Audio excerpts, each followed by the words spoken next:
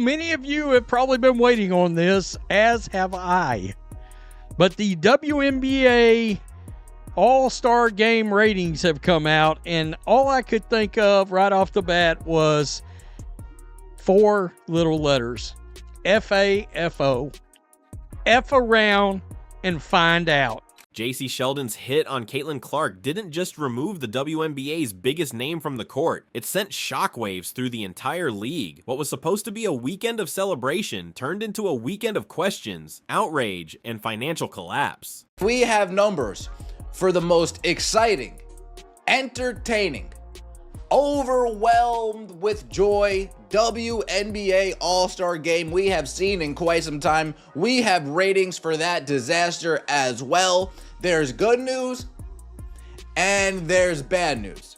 The All-Star Game was meant to be the WNBA's crown jewel, record-breaking attendance, historic merchandise sales, and a national spotlight moment. But one unpunished hit changed everything. The league won't admit it, the broadcasters won't talk about it, but the fans, they know exactly what happened and why it matters more than the WNBA wants you to believe. These referees was completely ridiculous. The referees was a complete disaster. And immediately grabbed the inside of that right leg. It all started on July 13th. During what looked like a routine offensive drive, Jacy Sheldon charged toward the basket, but instead of going up for a clean shot or trying to draw contact in a normal way, her knee went straight into Caitlin Clark's groin. It wasn't subtle, it wasn't hidden in the chaos, it was right there. Clark's reaction said it all. She immediately crumpled, doubled over in pain, clutching her body. She wasn't flopping, she wasn't exaggerating. The hit was real. And last year, I noticed how much it was just Caitlin Clark.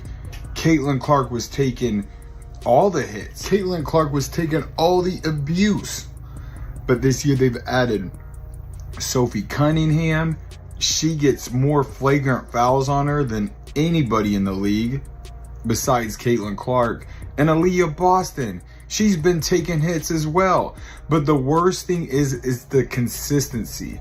So they don't call flagrant fouls, or most of the time, Caitlin Clark could be held for an entire game at a time. They don't call fouls. They don't call common fouls.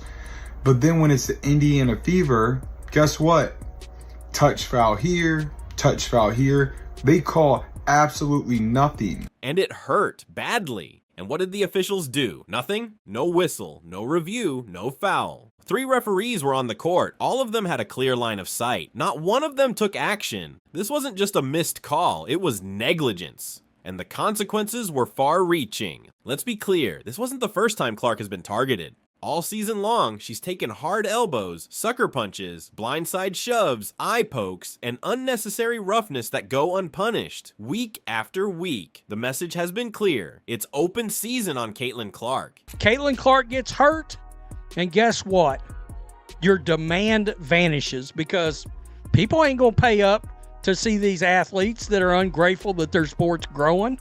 People aren't paying up for that. And we are here, right here.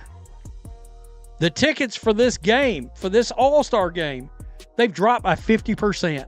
It's not just physical, it's systematic. Opponents have learned they can do nearly anything to Clark without consequence. The officials seem unwilling, or maybe even afraid, to protect the league's most valuable player. That's not just dangerous, it's bad business. And July 13th proved exactly why. Part 3, the economic collapse begins.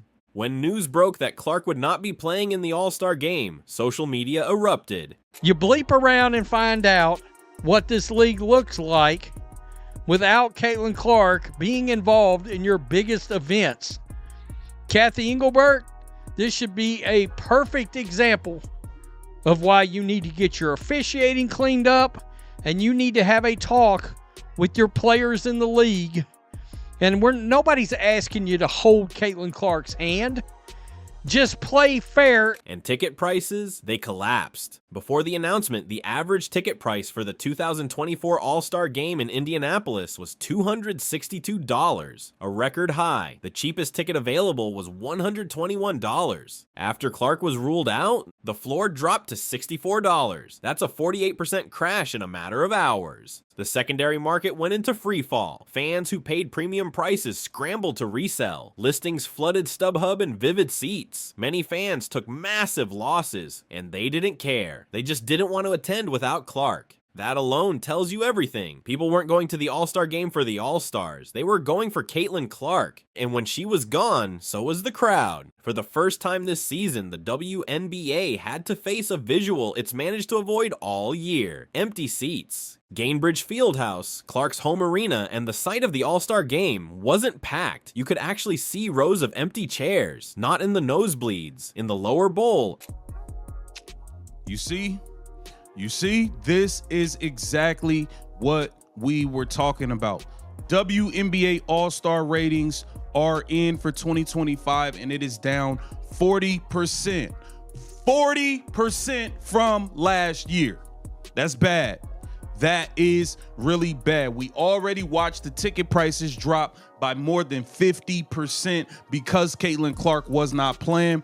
This is bad news for the WNBA, and this should be a wake-up call. In Clark's house, it was shocking because every game she's played this year and even last year in college has been sold out, full capacity, standing room only. With Clark, it's not just about attendance, it's about energy. Warm-ups feel like a concert. People show up in Clark jerseys hours before tip-off. Cities treat her games like events. Without her, all of that vanishes. The All-Star weekend felt flat, and it wasn't just the WNBA that took a hit. Local Indianapolis businesses had been preparing for months. Hotels were fully booked. Restaurants added extra staff. Concession stands loaded up on food and drinks. Merchandise booths stocked Clark jerseys expecting record-breaking sales. But without Caitlin Clark, it's clear fans sent a blatant message, a shot across thou bow. All right? And your ship, well, without Caitlin Clark, the WNBA and all their pay us what you owe us action, that action will sink. That action will sink. hotels had last-minute cancellations. Restaurants saw slower weekends. Merch booths were left with unsold stock. Food vendors watched their projections fall apart. This wasn't just a bad night for basketball. It was a local economic disaster. That's the Clark effect. She doesn't just bring in fans, she drives entire microeconomies. Now here's the most shocking part of all. The WNBA still hasn't acknowledged any of this. There's been no public reprimand of Jacy Sheldon, no acknowledgement of the missed call, no apology to Clark, no explanation to fans. It's silence. Strategic silence. But when it comes to the vendors in the arena, the shops in the arena, they're not going to have the same amount of people patronize their business as they would if Caitlin Clark was there. The surrounding restaurants, the surrounding areas, the surrounding attractions.